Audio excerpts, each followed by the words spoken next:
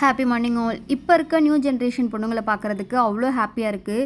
Because நாங்கள் college படிக்கிறப்பையும் சரி, மேரேஜ்க்கு அப்புறம் சரி, ஒரு விஷயத்த பண்ணட்டுமான்னு கேட்குறதுக்கு பயமாக இருக்கும். நமக்கு படிப்பை தாண்டி ஏதாச்சும் ஒரு டேலண்ட் இருக்கும், வேலைக்கு போகட்டுமான்னு கேட்குறதுக்கே ஒரு பயம் இருக்கும். ப்ளஸ் நம்மளுக்கே ஒரு கான்ஃபிடென்ட் இல்லாத மாதிரி இருந்துச்சு.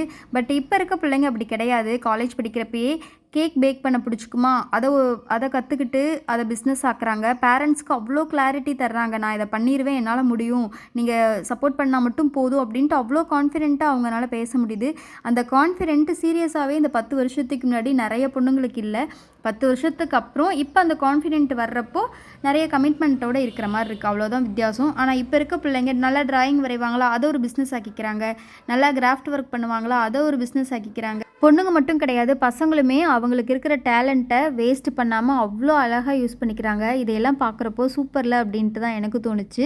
இன்றைக்கி ஒரு சின்ன டிப்ஸு. நம்ம நார்மலாக பச்சரிசியில் பொங்கல் போடுவோம்ல, அதுக்கு பதிலாக வரகு, சாமை, தெனை, குதிரைவாளி இந்த மாதிரி ஏதாச்சும் ஒரு அரிசி, அதுக்கு ஈக்குவலாகவே பாசிப்பருப்பு எடுத்துக்கலாம். அதே மாதிரி பொங்கலுக்கு தண்ணி ஊற்றுவோம்ல, தண்ணி எந்த அளவுக்கு எடுத்துக்கிறோம்ளோ அதுக்கு பதிலாக கொஞ்சம் பால், தண்ணி கொஞ்சம் பால் கொஞ்சம், அந்த அளவுக்கு சேர்த்து விசில் விட்டு பொங்கல் வச்சு பாருங்கள். டேஸ்ட்டாகவும் இருக்கும், ஹெல்த்தியும் கூட. அதே மாதிரி சத்து மாவு தோசை அரைக்கிறோம்ல, அதுக்கு ரேஷியோ பார்த்தீங்க அப்படின்னா மெஷர்மெண்ட் வந்து 1 டம்ளர் இட்லி அரிசி, 1 டம்ளர் கம்பு, 1 டம்ளர் கேழ்வரகு, 1 டம்ளர் உளுந்து ஒரு 5-6 மணி நேரம் ஊற வச்சு நம்ம மிக்சியிலேயே அரைச்சி வச்சுக்கிட்டோம் அப்படின்னா போதும். ஒரு 2 நேரத்துக்கு அளவாக செஞ்சுக்கோங்க, சூப்பராக இருக்கும். தேங்க்